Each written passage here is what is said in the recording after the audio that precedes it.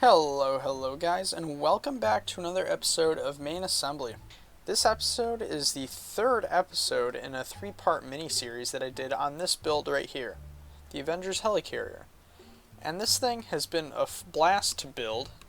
It's super fun, although it did take me quite a few days just to figure out how to get the thing stabilized.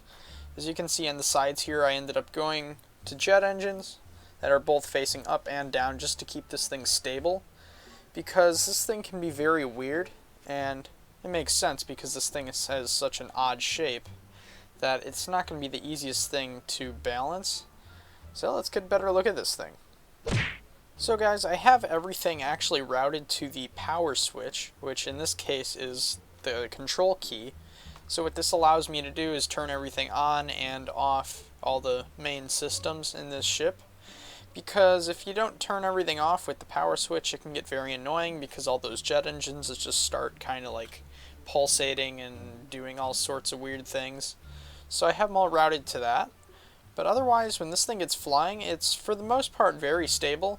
The way it takes off is pretty weird, as you're about to see. It kind of goes back a little bit and then stabilizes itself. But I mean, I think that's just a weight thing. Otherwise, though, this thing is looking very good. We got all those final details from last episode. We got the 2 runways. We got the watchtower looking great. And I think I can still see that little table thing I put in there. Yep, there it is. So then the little window on there. And this thing used to have 8 big propellers on there, but as soon as I realized that those wouldn't be helping us at all, I took them off and I just left these 4 on here. And another thing you guys may have noticed is how much this thing weighs. Before, it used to weigh like, in the 600 kilogram realm. Now, it's down to about 480, and that's even after I added all these jet engines, which each weigh 30 or 15 kilograms each, which is a total of, that's 60 times 2, that's 120 kilograms. So getting rid of all these would basically drop that weight a ton. But originally this thing was like 600 kilograms-ish because this whole body was made, I believe it was reinforced plastic, which does weigh a lot more than aeroplastic, that's for sure. So once I realized that, I actually turned all of this into aeroplastic, almost all of it. The underbody still remains its carbon fiber, in its carbon fiber goodness, but after all, it still works really well. At first, when I started working on this thing and tried to get it stabilized in the second episode of the series, then I realized that this thing was really off balance, not just in the way of stability, but in the way of literal balance. The center of gravity was, oddly enough, I think it was like up here, and yet the craft kept flopping backward all the time, and then I finally decided to get rid of these thrusters, and I switched them out for lights. These actually look quite a bit better than the thrusters, and you can color them too, which is pretty awesome, because before, with those thrusters, those things are really heavy. They're like 3 kilograms a piece, I think. Let's see. 4 kilograms, yeah. And you have like 9 of them on each thing back here. That's like, 36 kilograms and stuff? It's quite a lot. Actually, 2 times that, because there's 9 per port. I don't know what you could call these things, nacelles, ports, something.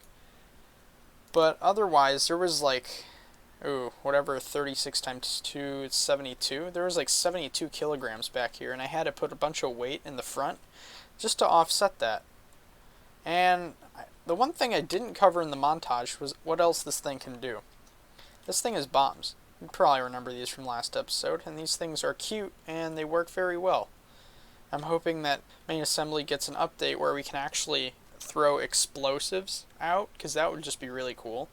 We could just like drop actual exploding bombs out of this thing. As long as we don't hit the doors and then everything blows up, that would be, although that'd be kind of cool, that just wouldn't be great if you're flying. Because then if your ship explodes while you're flying, then you're not having a good day, are you? So the way the stability system works is pretty simple. So I was able to get the pitch axis, so where the nose comes up and down, I was able to get that all stabilized, but then the roll, where it rolls left and right, was super tricky, because this thing would be fine for a few seconds after takeoff, and then it would slowly try to overcorrect itself while steadying itself, and then it would just eventually flop over after about 5 times of rocking back and forth. So to fix that, I could find no other way throughout my testing other than using jet engines. This system actually works very well, and it's pretty much rock solid, stable on that axis. I would try to make these keep the craft stable on the pitch axis, but it just didn't really work out, although I might do that in the future, I don't know, probably off camera as a little side project. Another thing I do want to eventually add onto this thing is lights, but I didn't get to do that for the sake of time. And plus, rebalancing this thing isn't exactly easy too. Because if you add something that, like another seat that weighs even a little bit, like 3 kilograms, if you put another jet engine or whatnot, it can get very awkward to balance and rebalance. So a quick little view from the top, you'll see we have all 4 of our propellers, which I like to call ceiling fans because that's basically what they look like. We got our runway, we got our tower, got our other runway thingy, and yeah, so let's get this guy up in the air because I know you guys have been waiting to see that. So to take off, what you're going to want to do is press control, and you'll notice as soon as I press control, things are going to get a lot more noisy in here. I'll turn that sound down in post-production, but it's going to get pretty noisy because of the jet engines and stuff. They're just all going to kick on and then start doing their stabilizing thing. And I did put legs on here to help keep the craft stable when it's on the ground, because normally this thing would slightly lean back and then that would get the gyro pretty messed up stability wise, so I decided to put legs with little ball casters on the end. And the way this thing flies forward and backward and rotates is through RCS thrusters. So you'll see that I'm actually able to move right on the ground right now. Number 1, because we're on ice. Number 2, I have those little caster ball things right there to serve as little wheels of sorts. And you'll see that I'm actually able to strafe sideways, and I'm able to rotate. So that's basically the same thing that what happens in the air. I'll be able to do that. So let's get going. So as soon as I press control, there we go. I like the little way the lights turn on. I just decided to do that. And no, I did not actually consider the montage with the lights, if you know what I mean. I didn't actually think about putting those in sync with the music in the time lapse. They just happen to be right on, which is really cool. And these, in my opinion, these things look a lot better in the thrusters, just simply because you don't have all that metallic shiny metal poking out all over the place. And they're a lot lighter too, and you can just recolor them. Actually, on the ice, they look really cool. Pretty bright though. So when you want to take off, what you got to do is, because of the way this works, the throttle is based on a sum. So basically you tap the space bar and shift to decrease or increase the throttle. So thing is, you got to spam shift if you really want to take off quickly.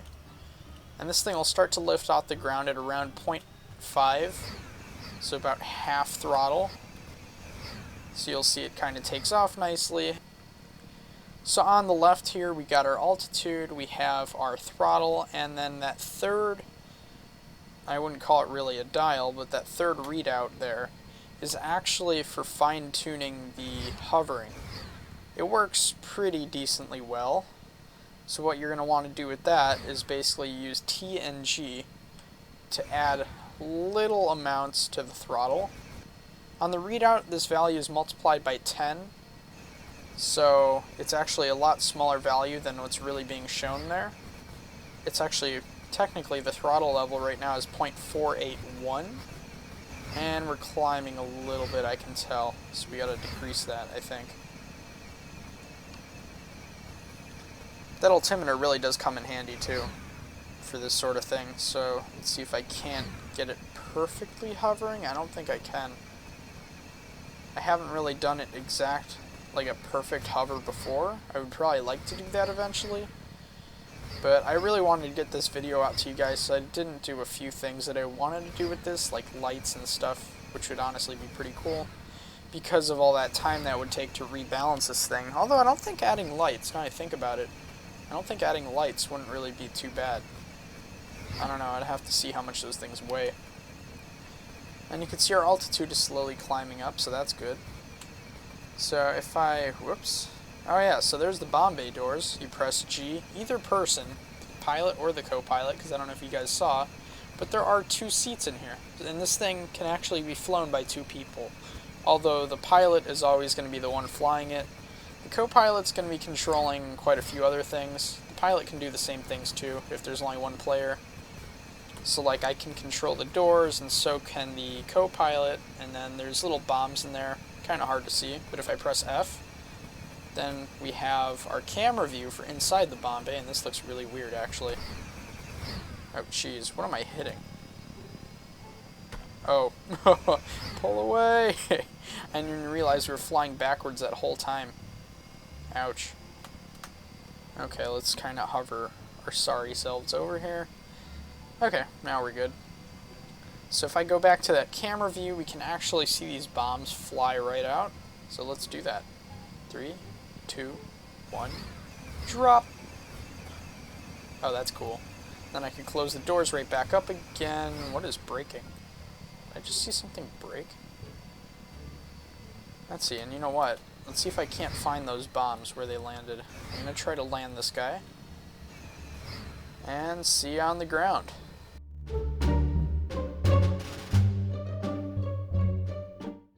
Okay, we're about to make our little touchdown here, and here we go. It's actually a really nice landing here we got going for us. Come on, and cut. Perfect. I don't think I've actually landed this thing that smoothly, like pretty much ever. So that's a first. Let's turn this guy on and let's actually fly somewhere. Let's go to the airport and see if we can't land there. So let's go.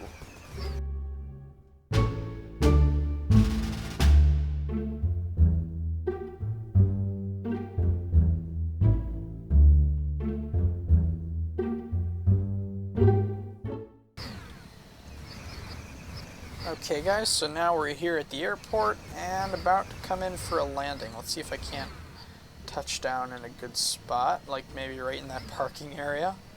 Although I probably should be landing on the runway. But actually, you know what? Let's go for that helipad. See if I can't get there. So far, so good.